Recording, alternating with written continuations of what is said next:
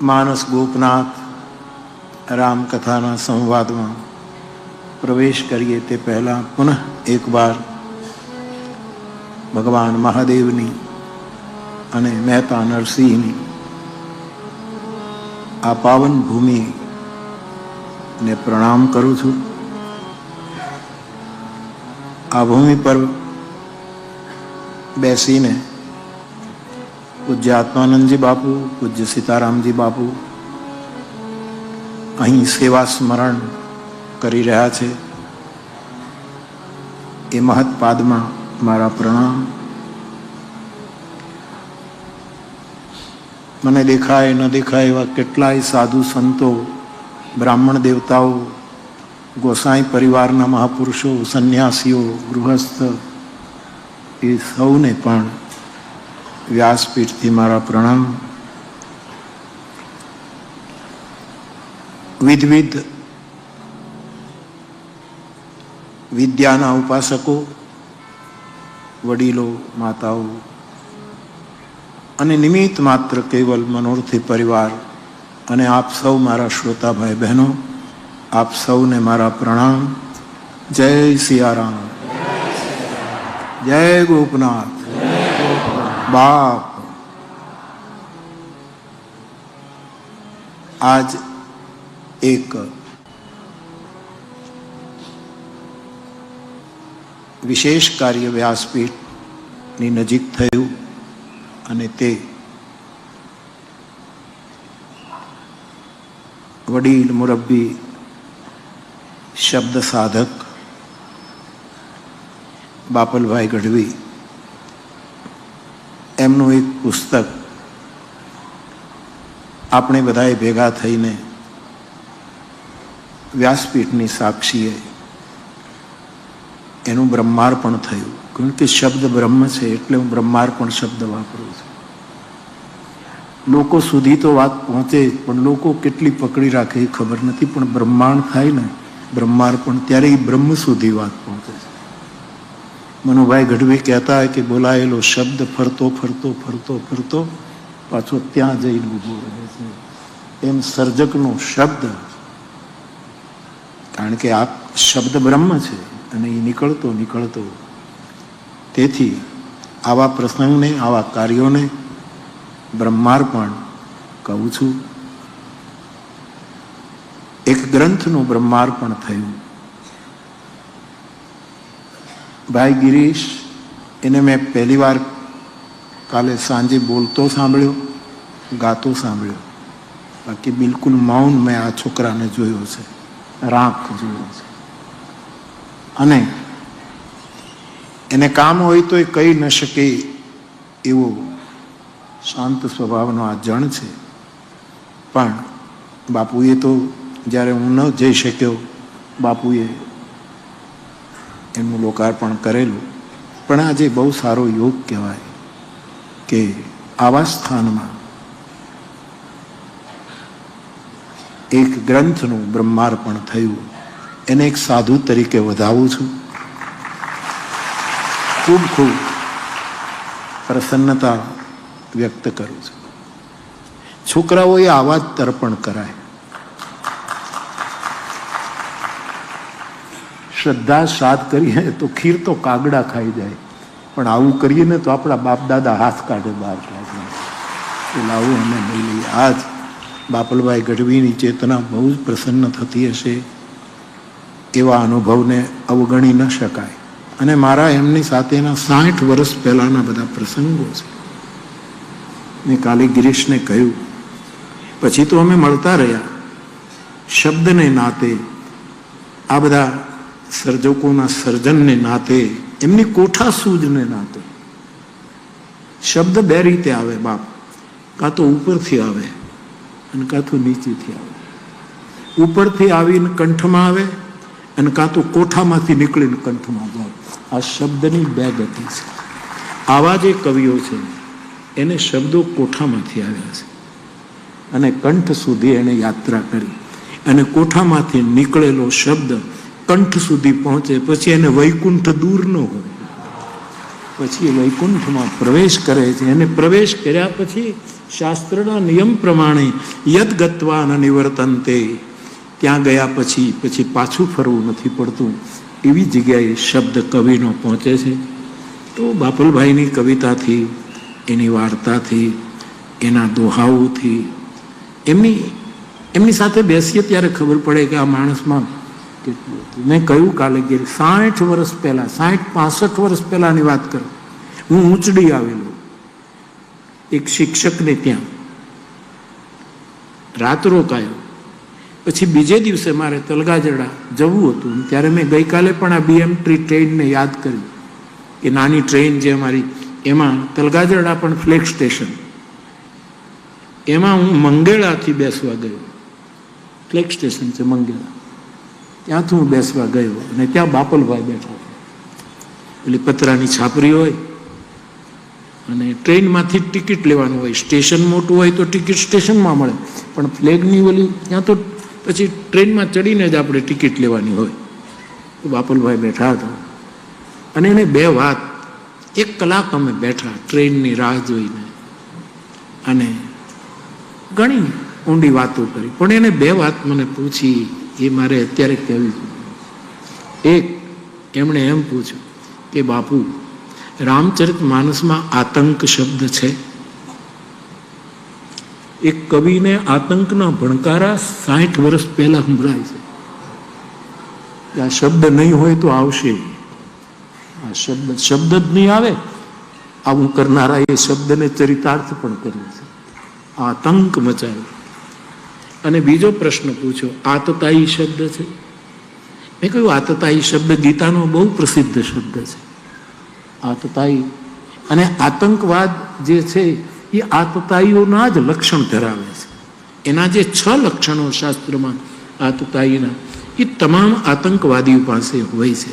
આવો અમારે સત્સંગ થયો. અને પછી એમણે એક બીજો પ્રશ્ન, એટલે પ્રશ્ન નહોતા કરતા, અમે સંવાદ કરતા. એને શું મને પૂછીને જાણવાનું હોય, પણ આ તો અમે એક રંગાન ઉજળા જેને ભીતર બીજી ભાત, એને વાલી દવલી વાત કે, એને વાલી દવલી વાત કે જે દિલની ક્યાંક બેસવું. અત્યારે તો ભગવાનની કૃપા છે કે મારી વ્યાસપીઠને એવા માળું મળતા જાય છે એટલે બેસવાનું છે. નહીંતર એક ખાલીપો હતો કે બેસવું કોની સાથે, કોની સાથે બેસવું, ક્યાં જઈને એક ક્રાઇસિસ સર્જાણી, ક્યાં જઈને બેસવું. વાલી દવલી વાત એને કહેજે દિલની કાગડા. તો અમે વાતો કરતા હતા. એ તો વડી મુરબ્બી. એમણે પૂછ્યું કે બાપુ, આ તુલસીદાસજીનું રામચરિત માનસ એ ગોસ્વામીજી કૃત, ગોસાઈ. તો બાપુ તમે ગોસ્વામીનો, એ વર્ષો પછી મેં ગોસ્વામીજીનો અર્થ કથામાં કર્યો છે. ગોસાઈનો એ મૂળ આ મંગેળાના ફ્લેગ સ્ટેશનમાં થયેલી વાત. કારણ કે પ્રવાહમાં જતું રહે, પછી ક્યારે પાછું આવે ખબર. હમણાં 2-5 કથા પહેલા મેં ગોસાઈનો અર્થ, ગોસાઈ ગો એટલે ઇન્દ્રિય. તમે તો લોક સાહિત્ય વિદ્યાલયમાં ભણ્યા છો બાપ બધા. એટલે ગો ઇન્દ્રિય, દિક વાક જલ સ્વર્ગ વજ્ર ખગ છંદ, ગોધરુ ગોતરુ ગો કિરણ, ગો ગોપાલ ગોવિંદ, આવા એના પર્યાયો સગોત્રી શબ્દો આવે. ગોનો અર્થ થાય ઇન્દ્રિય. અમે વાતો કરતા, એનાથી અજાણ નહોતું. પણ એક સારા શ્રોતા અને વક્તા 2 ભેગા થાય, 2 શ્રોતાઓ અને 2 વક્તા હોય ત્યારે બહુ આનંદ આવે. એટલે સીધો સાદો અર્થ તો ગોસ્વામી અથવા તો ગોસાઈનો અર્થ થાય. સાઈ એટલે માલિક, સ્વામી, નાથ. જેણે ઇન્દ્રિયોને વશ કરી હોય, એનો માલિક હોય, એનો નોકર ન હોય, કિંકર ન હોય, ઇન્દ્રિયોનો સ્વામી હોય, એને આપણે ત્યાં ગોસાઈ. આપણે ત્યાં પૂરી ગોસ્વામી પરંપરા આવી, ગોસાઈ પરંપરા આવી, દશનામ પરંપરા આવી. આ તો એક બહુ જ સ્પષ્ટ પણ સ્વભાવગત મને એમ લાગે કે કોઈ પણ વસ્તુનું દમન કરવું એ હિંસા છે. કોઈના ઉપર સ્વામિત્વ કરવું એ હિંસા છે. કોઈને કાબુમાં જ રાખ્યા કરવા એ હિંસા છે. એટલે બાપલભાઈની સાથે મારે વાત થઈ તે કહું છું કે ત્યારે ગુરુ કૃપાથી મેં કહેલું કે ગોસાઈ એ છે કે જે ઇન્દ્રિયોનો માલિક નથી બનતો, પણ ઇન્દ્રિયો એની દાસી થવા તૈયાર થાય છે કે તું મારો માલિક, તું મારો. બધી જ ઇન્દ્રિયો એનું સ્વામિત્વ કબૂલ કરે છે. એ સ્વામી નથી થતો, પણ ઇન્દ્રિયો કહે છે અમારે તારા કાબુમાં રહેવું છે. આવું જેનું, એવા ગોસ્વામીજીના રામચરિતમાનસ વિશે અમારે. પછી તો વચ્ચે વચ્ચે હિંગોળદાનભાઈ, બાપલભાઈ, ક્યારેક 26 એલાઈજી અમે મહુવામાં ગુજરાત હાઉસિંગ બોર્ડના ત્યાં આવે, તખતદાન હોય, આ બધા શબ્દ સેવીઓ આવતા, એની સાથે વાતો થતી. એનો આ નાતો છે બાપ છોકરા. અને તું મને કહે એટલે તું આવું જ બાપ. તારા નાતે, તારા રાખ સ્વભાવને લાતે અને બાપલભાઈની સરસ્વતી માટે હું આવું. અને બહુ બહુ મને સારું લાગ્યું આ ગ્રંથનું બ્રહ્માર્પણ કરતા. અને ગિરીશભાઈ તારે બોલવું જોઈએ મંચ ઉપર, પ્રોગ્રામ આપવા જોઈએ. સારું ગાય છે નહીં બાપુ? કાલે આનંદ કરાય બાપુ. સારું, તો ખૂબ ખૂબ વધાય. દીકરો ભત્રીજો છે ને બેટા, સંતોના તને આશીર્વાદ પ્રાપ્ત થાય. આ વિદ્યા, એમાંય લોક વિદ્યા, એ બહુ પૂજાવી જોઈએ.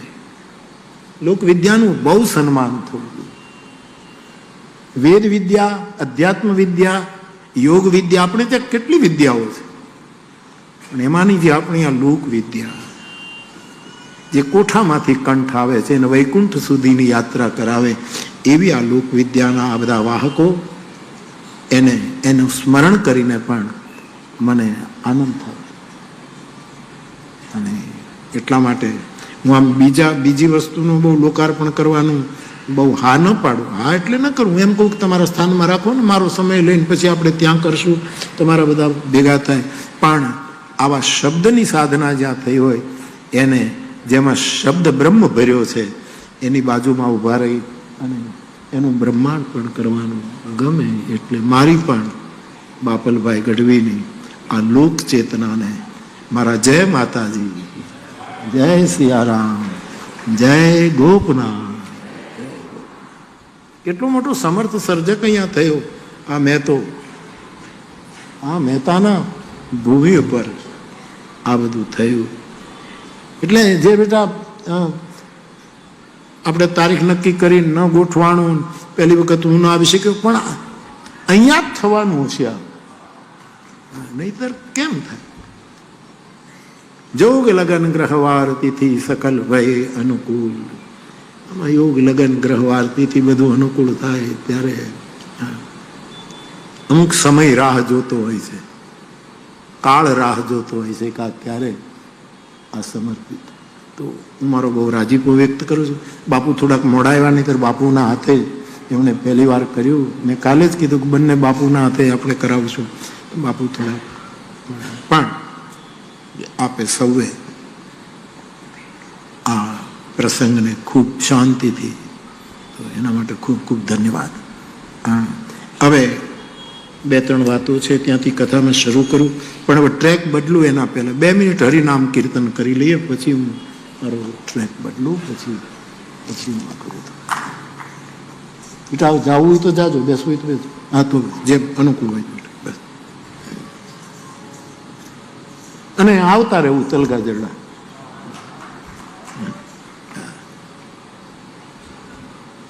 हंस के बोला करो और हंस के बुलाया भी करो, ये बाप का काम है, आया जाया करो साहब. ડાયરેક્ટ કોન્ટેક્ટ રાખો, વચ્ચે કોઈને ન રાખો. અને એ વખતે થોડુંક બગડ્યું, એનું કારણ મારે કહેવું નથી બહુ, પણ એનું કારણ એ વખતનું થોડું પોલિટિક્સ કામ કરી ગયું. મારા સુધી વાત જ ન પહોંચવા દઈ ગિરીશ, અને તારા સ્વભાવ પ્રમાણે તું મારી પાસે ન આવ્યો, પણ આમાં ઘણું વસ્તુ કામ કરી ગયું. પણ એમાં કોઈનો દોષ નથી. ગોપનાથની ધજા બોલાવતી હતી એને, કારણ કે જે જણની આ ભૂમિ છે, અહીંયા બાપલભાઈ ગઢવી એની આ ભૂમિ છે. નહીં તો પછી સુરેન્દ્રનગર, અને પછી તો બીમાર પડ્યા. સુરેન્દ્રનગર છે ને એ ગામ, એમાં સૂર ને ઇન્દ્ર બેય છે. સૂરના માણસો છે અને સાહિત્યના ઐશ્વર્યના. બાપભાઈ કેવો આપણો રાણપુરા, કેવો બાપ, કેવા કેવા બધા અત્યારે ત્યાં આપણો જગદીશભાઈ, અને કેટલા હું કોના કોના નામ લઉં. બચુભાઈ ગઢવી થયા, આંકલા પડકારા સાહેબ, ઇતિહાસની વાતો માંડે તારીખ સાથે, આપણે તારીખો ગોતવી પડે એવું એવું કેવું કેવું માંડે સાહેબ, ગજબ કરનાર. આ તારીખને આ દિવસને આ ફલાણું કેવું મંડાણ કરતા બચુભાઈ. આવા બધા. છેલ્લે આપણો બચુભાઈ દીકરો શું નામ? જયદેવ. જયદેવ તોડી રાગમાં જ ગાતો હોય, જ્યાં જોઈ ત્યાં તોડી રાગ જ ઉપાડ કર, તોડી રાગ.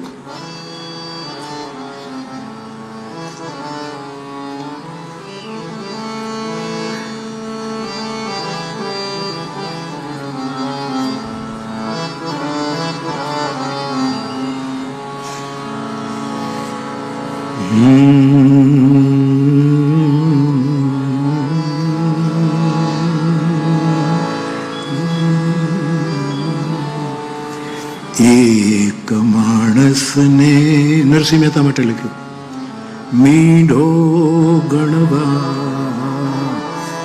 એક માણસને મીંઢો ગણવા, આ ભેળી થઈ છે નાત કબીરા. ભેળી થઈ છે નાત કબીરા. નરસિંહ મહેતા માટે આખી નાત ભેગી થઈ. આ મૂઢ છે, આ મીઠો છે, સમજાય એવો નથી. એક માણસને ખાલી એક માણસને એક માણસને અપમાન કરવા માટે કેટલાને ભેગું થવું પડે છે. તમે કલ્પના તો એકને બદનામ કરવા માટે, કારણ કે ભીડ વગર તમે બદનામ કરી જ ન શકો. એમાં ભીડ જોઈએ, એમાં હીંચો હીંચો કરનારા જોઈએ. જવા દે, તું તારે કહી દે, જે થાય તે અમે તારી સાથે, પછી કોઈ ઊભા ન રહી શકે.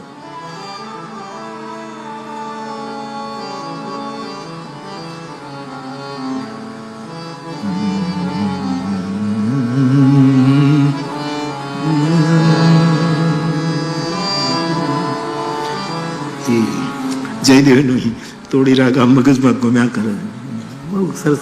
તો બાપ સુરેન્દ્રનગર એટલે કે આપણા સૌરાષ્ટ્રની બધી ધરતી એની એક મહેક છે સાહેબ. આપણી માટીમાં મહેક છે, ભગવત કૃપા છે. તો એક સારું કામ થયું એનો મને આનંદ છે. તો 2 મિનિટ ભગવાન નામ લઈએ, પછી આપણે જે કંઈ વાત છે એમાં પ્રવેશ કરીએ.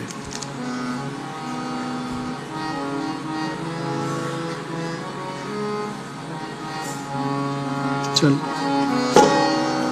મારે તો આ લોકો કે એમ જ કરવાનું હોય સાહેબ. આ જો જે સુર ઉપર, ના બેટા હું તો વિનોદ કરું છું, ખુશ ને, તમારા આધારે તો ચાલીએ છીએ. કેમ, એ તો સાચું જ છે ને બેટા. હા,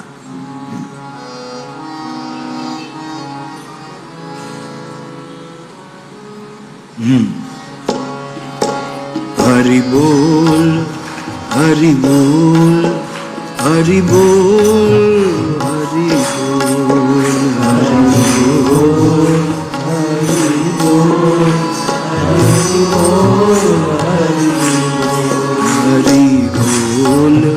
હરિ બોલ, હરિ બોલ, હરિ બોલ.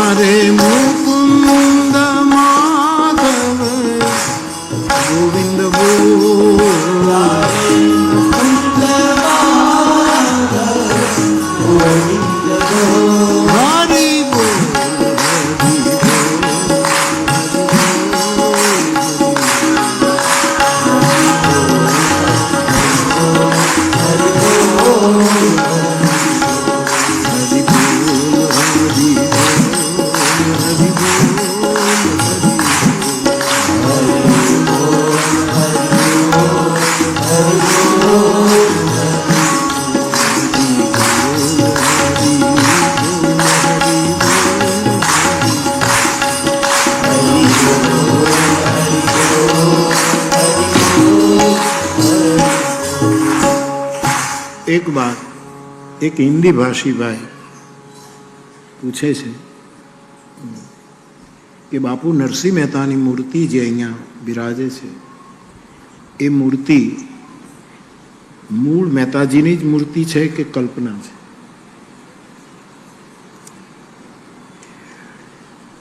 નરસિંહ મહેતાનું ચિત્ર કે મૂળ મૂર્તિ કે એ મને ખબર નથી. એ ખોજીઓ ઉપર આપણે છોડી દઈએ, ઇતિહાસવિદો ઉપર આપણે છોડી દઈએ કે એની મૂળ મૂર્તિ. પણ એક મૂર્તિ જે મહેતાજી કરતાલ લઈને આમ બેઠા છે, વયોવૃદ્ધ દેખાડ્યા છે, એવી મૂર્તિ ઘણી પ્રસિદ્ધ થઈ.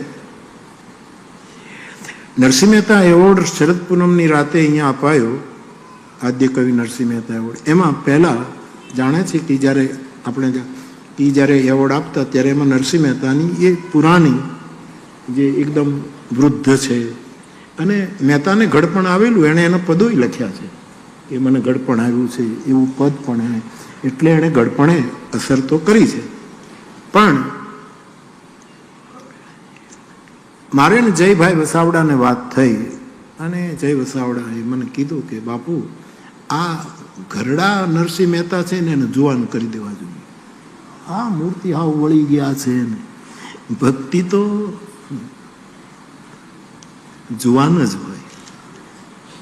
ભક્તિ માટે ભામિની શબ્દ રામચરિત માનસમાં વપરાયો અને ભામિની શબ્દ સાહિત્યમાં જે સાહિત્યના બંધારણને સમજીને લખે છે એને ખબર છે કે ભામિની શબ્દ યુવા સ્ત્રી માટે જ વાપરી શકાય, વૃદ્ધા માટે ન વાપરી શકાય. પછી તો આપણે ન જાણતો હોય ને ગમે ત્યાં ભામિની શબ્દનો પ્રયોગ કરી દઈએ, એ તો આપણને ખબર નથી ને આપણે નિર્દોષ ચિત્તથી કરી નાખીએ. શબરી ઘરડી હતી કે જુવાન એ પણ નક્કી નથી થતું. હવે એને શબરીને જે આપણે ચિત્રકારો એ બતાવે છે એમાં એને મોઢામાં દાંત નથી અને એકદમ આમ વાંકા વળી ગયા છે શબરીજીને, એવું છે. હવે એના મોઢામાં દાંત જ ન હોય તો એને બોર કેમ ચાખ્યા હશે, બટકા કેમ ભીર્યા હશે, પેઠે દબાવ્યા હશે બોર? આ બધા પ્રશ્નો ઉઠે છે. પણ જો એને ચાખીને બોર ઠાકોરજીને ખવડાવ્યા હોય તો એ દાંતવાળી શબરી હોવી જોઈએ. એટલે પછી હું ઘણી વખત કહ્યા શબરીજીનું ચિત્ર પણ ભક્તિ હંમેશા જવાન હોય સાહેબ. જ્ઞાન વૈરાગ્ય ઘરડા થઈ જાય ભાગવતના કારણે, ભક્તિ કાયમ યુવાન હોય છે. શરીરની વાત છોડો યાર, તો ફિર એ યુવાનસ પણ ચિત્ર તો પ્રસિદ્ધ થયું, એકદમ વૃદ્ધા છે, આદિ જે હોય તે. પણ મહેતાનું એવું થયું, જય વસાવડાભાઈએ સૂચન કર્યું કે બાપુ આવું કંઈક થવું છે. મેં કીધું બહુ સરસ કરવું.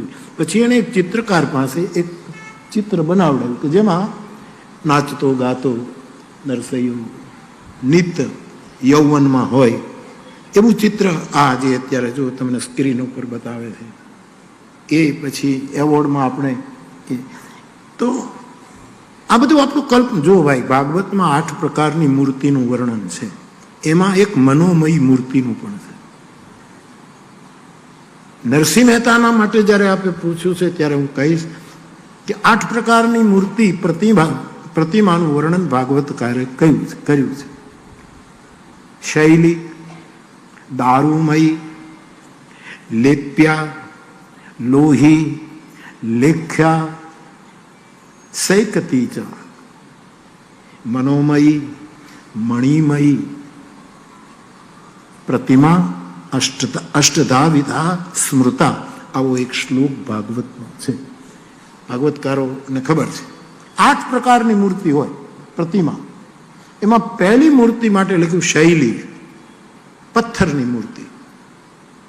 પર્વતની ખાણમાંથી સંગે મરમર પથ્થર કાઢ્યો હોય, પર્વતમાંથી પથ્થર કાઢ્યો હોય, શૈલમાંથી, એટલે કે પથ્થરની મૂર્તિ આપણે જે બનાવી હોય, જે મોટે ભાગે આપણા મંદિરોમાં આરસની મૂર્તિઓ બિરાજ, એક મૂર્તિ એ છે શૈલી.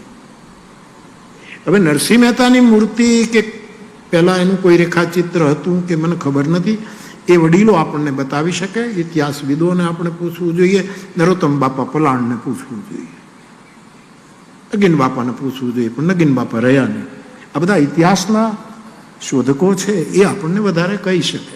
અથવા તો વર્તમાનમાં જેણે નરસિંહ મહેતા ઉપર વાતો કરી છે એ વડીલોને પૂછીને આપણે માર્ગદર્શન લઈ શકીએ. પણ એનું કોઈ રેખાચિત્ર એ વખત 600 વર્ષ પહેલા એ બધું હશે, હોય જ, પણ ખબર નહીં, મને ખબર નથી. પણ મને એમ કહેવા દો ભાગવતના આધારે કે નરસિંહ મહેતાની મૂર્તિ શૈલી મૂર્તિ છે. હોય ન હોય એમાં નહીં જતા. શૈલી શું કામ? મહેતો જ એવો હતો કે પર્વતની જેમ અડીખમ ઉભો રહ્યો દુનિયાની વચ્ચે. ગમે તેટલા વાવાઝોડા આવ્યા, જુનાગઢના કાંગરા ખર્યા હશે પણ મહેતાના કીર્તનના કાંગરા ન ખર્યા. જુનાગઢના તો ખરી ગયા કેટલી વાર સત્તાધીશો આવ્યા. માં પડ મારો આધાર, તને સોસલા કોણ ચડાવશે. આપણી લોક વાર્તાઓમાં પણ આ વાત આવી કે હે ગિરનાર તું પડમાં. એ બધું થયું, પણ આટલી બદનામી, આટલા આક્ષેપો, આટલા બધાનો વિરોધ, કેટલી મેં વારંવાર કહ્યું, ચરિત્ર હનન સુધીના એના કાળમાં પ્રયોગો એના તરફ થયા, અને છતાંય આ પર્વત જેવો માણસ એમનો શૈલી મૂર્તિ આજ પણ અખંડ ઊભી છે.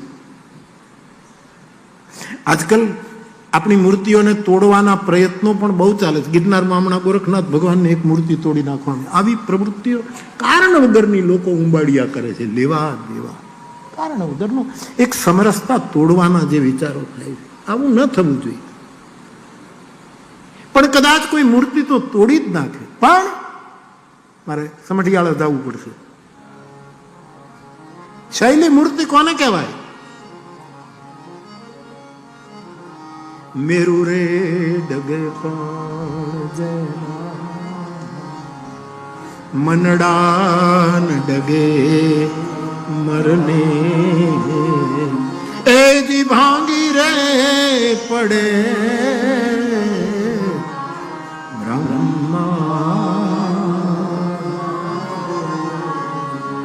દુનિયામાં આમથી આમ થઈ જાય, પણ જેમ મેરુ ડગે નહીં એમ નરસિંહ મહેતાનું એ શૈલ જેવું મન, સ્થિર અને શુદ્ધ મન.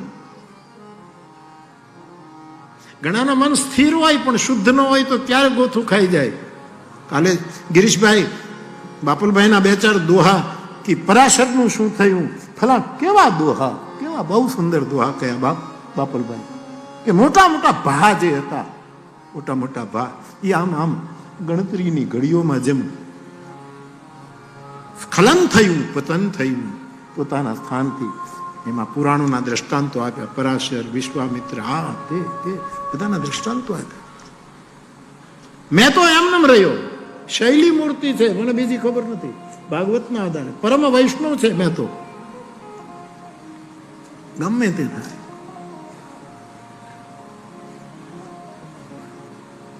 પર્વતને પથ્થર કદી વાગી નથી શકતો, આવો એક શેર છે. તમે પાણો લઈને પર્વતને મારો, આ તળાજાના ડુંગરને તમે પાણો મારો, એથી લડખડા ખાઈને પાણો નીચે પડે. આ તાલ ધ્વજગીરીને કાંઈ અસર ન થાય. ગિરનારને તમે પાણો મારો તો તમારો પાણો જ, અને ભૂલાઈ ગયું તો તમારા માથા ઉપર જામ ઠેકતો તમારા માથા ઉપર જામ. પાણાનું કાંઈ નક્કી નહીં. તમે ફેંક્યો હોય ફરતો તમારું ટાંકા આવે. મહેતાની મૂર્તિ તૂટી નહીં સાહેબ.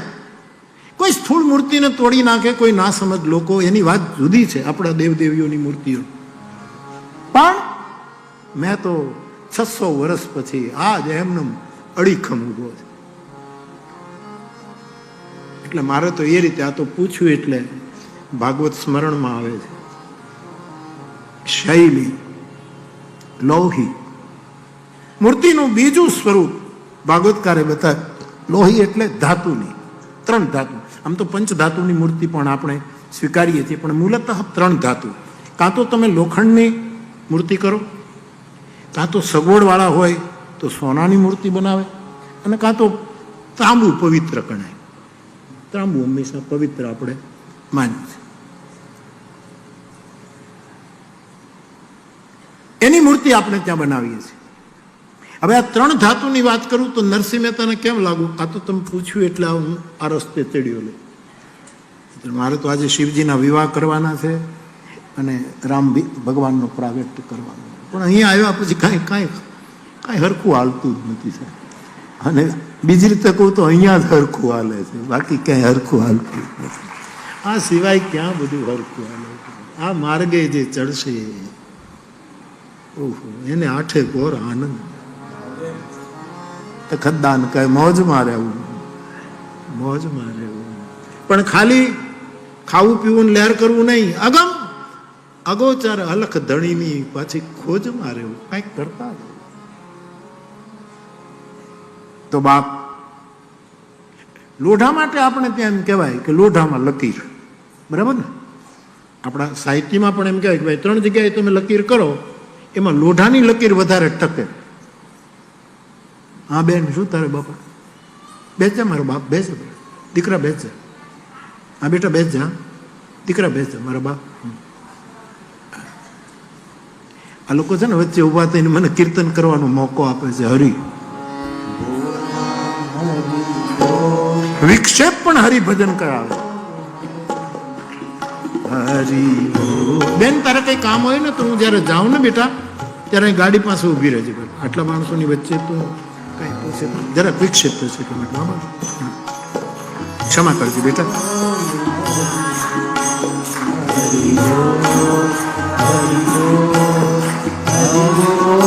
કારણ શું છે કે આ ભીડ ભાડુતી નથી.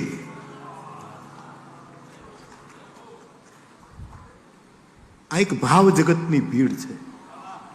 અને એમાં જરાક એક કાંકરી પરે ને તો પંપા સરોવરમાં પણ વર્તુળો શરૂ થઈ જાય. પંપા સરોવર જેવું, નારાયણ સરોવર કચ્છનું, બિંદુ સરોવર અને માન સરોવર એક જ કાંકરી તરંગો પેદા કરી શકે. એટલે જ્યાં બરાબર જામ્યું હોય એટલા માટે બેટા ક્ષમા કરજે. પછી પાછળ તો શું કહેતો હતો એ મિલન? શું કહેતો હતો? હા,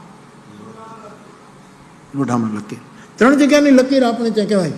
પાણીમાં લકીર, આંગળી જળમાંથી નીકળીને જગ્યા પુરાઈ ગઈ, એવો એક શેર છે ને. કોઈ આપણે એક અડધી એટલી લીટીઓ આવડે મને. મારી હસ્તી એ રીતે જગમાંથી વિસરાઈ ગઈ. મારી હસ્તી એ રીતે જગમાંથી વિસરાઈ ગઈ. આંગળી જળમાંથી નીકળી અને જગ્યા પુરાઈ ગઈ. કેવું કેવું સાહિત્યકારો લખે. ઓહો, બહુ સરસ, આમ પ્રેક્ટિકલ બધું. તો એક તો પાણીમાં લકીર ટકે નહીં, બીજું રેતીમાં લકીર. રેતીમાં તમે લકીર કરો તો ટકે નહીં, હવા આવે તો રેતી પાછી આમ કરી નાખે તો કોઈક બીજો ચાલે ત્યાં. પણ આપણે ત્યાં એમ કહેવાય છે કે લોઢામાં લકીર, લોઢામાં તમે આમ આંખો પાડો પછી એ વધારે ટકે. હવે તો અત્યારે તો વિજ્ઞાન એટલું કે લોઢાને પીગાળીને આવું પાણી કરી નાખે, એમાં લકીર શું. પરંતુ આપણી ગામડાની ભાષામાં લોઢાની લકીર. નરસિંહ મહેતો લોહી મૂર્તિ, એક લોઢાની મૂર્તિ, એને ક્યારેય કાટ ચડ્યો નહીં સાહેબ. એવું લોઢું, એવી મજબૂતી, એવું સ્થૈર્ય, એવી પ્રજ્ઞાની સ્થિતિ. એમ બીજું સોનાની મૂર્તિ. સોનું કોઈ દિવસ પોતાપણું ગુમાવે નહીં. મહેતાએ કોઈ દિવસ વૈષ્ણવપણું ગુમાવ્યું નહીં. અને ત્રીજી મૂર્તિ ત્રાંબાની. આખું જીવન પવિત્રતમ ત્રાંબા જેવું ગયું, આખું જીવન ત્રાંબા વરણ. આપણે જ્યાં કહીએ મળે ત્રાંબા વરણી વરણ છે, હા એવું આપણે ત્યાં વર્ણન આવ્યું. તો મહેતાજીની મૂર્તિ બીજી લોહી ધાતુની, એવી ધાતુનો આ માણસ, એમાં કોઈ કાંઈ કરી શક્યું નહીં. અખંડ એનું જીવન ગયું. ત્રીજી મૂર્તિ, આ ભાગવતકારે ગ્રામ્ય દર્શન કેટલું કર્યું હશે એના ઉપરથી મને વિચાર થાય. આ શ્લોક ભારતી ક્યારે લોક ભારતી થઈ જાય કાંઈ ખબર ન પડે સાહેબ. આખી શ્લોક ભારતી કેટલી લોક ભારતી થઈ છે. વ્યાસના કંઠે, વ્યાસના શબ્દોમાં, ભાગવતમાં આ લોક ભારતી છે. શું કીધું? દારૂમયી, લાકડાની મૂર્તિ. જેમ જગન્નાથ ભગવાનની મૂર્તિ લાકડાની છે, કાષ્ટની મૂર્તિ છે. દારૂ, નરસિંહો દારૂ મૂર્તિ છે. અને લાકડું તરે અને તારે. આ મહેતાએ 71 કુળને તાર્યા. અને એના જેવી વૈષ્ણવી જે લે છે તારણ તરણ હરણ સબ દૂષણ, તુલસીદાસ પ્રભુ ત્રિભુવન ભૂષણ. એવી એક ચોપાઈ. લાકડું તરે અને તારે. લોઢું લાકડામાં હોય પણ લાકડાનો આશ્રય કરે તો તરી જાય, નહીં તો લોઢાનો સ્વભાવ. ભગત બાપુએ આખી કવિતા લખવી પડી. લોહને કાષ્ટબે સંગ જ્યારે મળ્યા, જાજ થઈ સાગરે સફર કીધી. કરતા હતા પણ લોઢાને એમ થયું કે મારે આધારે જ આ બધું ચાલે છે ને હું ન હોઉં તો આ પાટિયા આમ થઈ જાય. અને જેમ લાકડામાંથી જેમ ખીલીઓ નીકળી ગઈ એટલે લાકડું તરતું રહે, લોહ દરિયાને તળિયે સમા. ત્યાગ કરશો નહીં સજન મિત્રો તણવ, જેહના તેજ અંગે પ્રકાશે. સજન મિત્રો અને સ્થાનના ત્યાગથી દુઃખના ઘોર વાદળ છવાશે. ગુણ ગણી રાખજે કાગતું મિત્રના હોય મર કંઈક અવગુણકારી. ભૂલતા જીભને દાંત કચરે કદી, એને પાડવાની ન કરતો તૈયાર. ભગત બાપુ, કાગ બાપુ. નરસિંહ મહેતાની મૂર્તિ દારૂમય પણ હોય છે, એને તાર્યા. અને પ્રસિદ્ધ પદમાં તો લખી નાખ્યું કુળ 71 તાર્યા રહે. તરણ તારણ તરણ તાર, એવી એની મૂર્તિ છે. તો શૈલી, લૌહી, દારૂમય, લેપ્ય. હવે જો અહીંયા લોક ભારતી આવે છે. લેપ્યા, લેપ્યાનો અર્થ થાય ગોબર લઈ અને દીવારનું લીપણ કરવું. આ વ્યાસ ક્યાંથી લાવ્યા? ક્યાંથી? આપણી ગામડાની બેન દીકરીઓ દિવાળીના તહેવારોમાં પોતાની દિવાલો લીપે, ગાયું કરે, ગોરા હાથમાં. પદ્મશ્રી દાદ બાપુ બોલી ગયા છે, ગાયું કરે, ગોરા હાથ વાળ્યું અને લીપણ કરે. ત્યારે મેં પણ જોયું છે કે એ લીપણ કરવામાં ક્યાંક ક્યાંક એ જે લીપણનો જે સામાન એને અને દિવાલમાં મૂર્તિઓ કરી નાખે. હા, સ્વસ્તિક કરી નાખે, સાથીઓ કરી દે. અને આપણે ત્યાં અનાજ હાંચવવાની જે કોઠીઓ હતી અથવા તો પહેલા એમાંય જે ગોબરનું લીપણ કરીને એને ઉપસાવી, એને લેપ્યા કહેવાય. એને માટીથી એને લેપ્યા. અને એવી કોઠી, એવી દિવાલોની શોભા વધતી હતી. નરસિંહ મહેતાની એક મૂર્તિ માટી સાથે મળેલી છે. આ માટીનો કવિ છે, એને લેપ્યા મૂર્તિનો ઉપયોગ. એટલે બીજી મને ખબર નથી એનું ચિત્ર શું હોય, પણ આ તો પૂછ્યું એટલે ભાગવતના આધારે લેપ્યા એની મૂર્તિ. લોકો સુધી પહોંચેલો માણસ છે, લોકો સુધી પહોંચે. શૃંગારના કેવા પદ, તો શિષ્ટ સાહિત્યના આમ ઉભા રહી જવું પડે. તત્વજ્ઞાનના કેટલા પદ, સંન્યાસીઓ થોડી વાર નમો નારાયણ, નમો નારાયણ, નમો નારાયણ, ઓમ નમો નારાયણ, એમ કહીને એ વાત વેદાંતના પ્રેમના કેટલા પદો. ચિતરાઈ ગયો આ માણસ, આપણી દિવાલો ચિતરાઈ ગયો. લેપ્યા આ ધાતુની મૂર્તિ, લાકડાની મૂર્તિ, પર્વતની પથ્થરની મૂર્તિ અને આવું લેપન. પછી કયું લેખ્યા. લેખ્યા એટલે ચિત્ર, જેમ દિવાલોમાં ચિત્ર કરીએ. મેં તો એની મૂર્તિ એક લેખ્યા છે. મેં મારા તલગાજાડાના જૂના રામજી મંદિરમાં કહ્યું ને, પેલો ચિત્રકાર નરસિંહ મહેતા આમ પાણી પીવે છે હાથમાં લોટો લઈને. એવું દિવાલો ઉપર લેખ્યામાંની ચિત્ર મૂર્તિ. અને આ લોક સાહિત્ય હંમેશા બોલે ભીતું થાય ભુવન પણ એના ચિત્ર ચાલશે. એના દિવાલો પડી ગઈ પણ નરસિંહ મહેતાની એ લેખ્યા મૂર્તિ હજી એમ નમ ઊભી છે, એમ નમ ઊભી છે. એટલે એની મૂર્તિ ગોતવાની બહુ જરૂર નથી. મૂર્તિને મહેસૂસ કરો, મૂર્તિનો અનુભવ કરો. ગોતવામાં થાકી જઈએ. 600 વર્ષમાં કેટલું લોકોએ ગોત્યું છે ને હજી કઈ હળ હુજતી નથી. ભેળા બેહનારા ભરમાણા, આમાં કઈ પત્તો લાગતો. મેં તો આ મને નીતિનભાઈને મેં પૂછ્યું કે મહેતાજીનું કંઈક સાહિત્ય હોય એનું, તો એણે ઘણી પુસ્તકો ગોતીને મને આપ્યા. એમાં હું જોયા કરું, બધા એ પોતપોતાને બહુ સ્વાધ્યાય કરીને કામ કર્યું છે. પણ ક્યાંય આમ બધું બહુ સરસ છે. ટૂંકમાં થાક લાગે સાહેબ. મહેતાને વાંચવામાં તો વિશ્રામ મળવો જોઈએ સાહેબ. આમાં તો સમિત થઈ જાય. એટલા સંશોધનો, એટલા. પણ એ સ્વાધ્યાયને પ્રણામ જ કરવા પડે. ધન્ય છે, બહુ સરસ. આ એવું ચિત્ર છે મહેતાનું.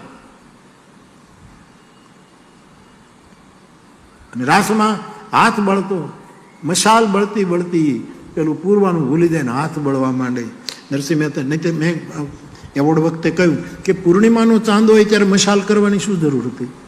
આટલું મોટું અજવાળું છે. ક્યાંય હોલમાં એ પ્રોગ્રામ નહોતો કે ત્યાં ચાંદો ન આવે, અને આ વાદળવાળું વાતાવરણ નહોતું કે ચાંદો. પણ એ શું કામ એ વખતે મશાલ શું કામ નરસિંહ મહેતાએ ઊભી કરી? એનું કારણ શું? પણ મશાલ પછી પણ મશાલ સાધન પણ એને તોડી નાખ્યું. નહીં, હું જ્યાં સુધી ન બળું ત્યાં સુધી સાચો રાસ નહીં થાય. મશાલ પણ સાધન છે, ચાંદો પણ ઉપકરણ છે. મારે તો મારા અપદીપો ભવ, બુદ્ધનું વાક્ય આવે, હું મારી કાયાને હળગાવું અને તેથી મને કૃષ્ણ બરાબર દેખાશે. એટલે બે ઉપકરણો, ચાંદાને એક બાજુ મૂક્યો, મશાલને એક બાજુ મૂકી દીધી, અને પછી પોતે અપદીપો ભવ. આ જે ચિત્રો અખંડ છે મહેતાજીના લેખ્યા. સૈકતી ચલ, સૈકતા એટલે રેતી બાલુ, સિકતા તે ભરું તેલ. તુલસીદાસજી ઉપયોગ કરે. બારી મથે ભરું હોય ઘૃત, સિકતા તે ભરું તેલ.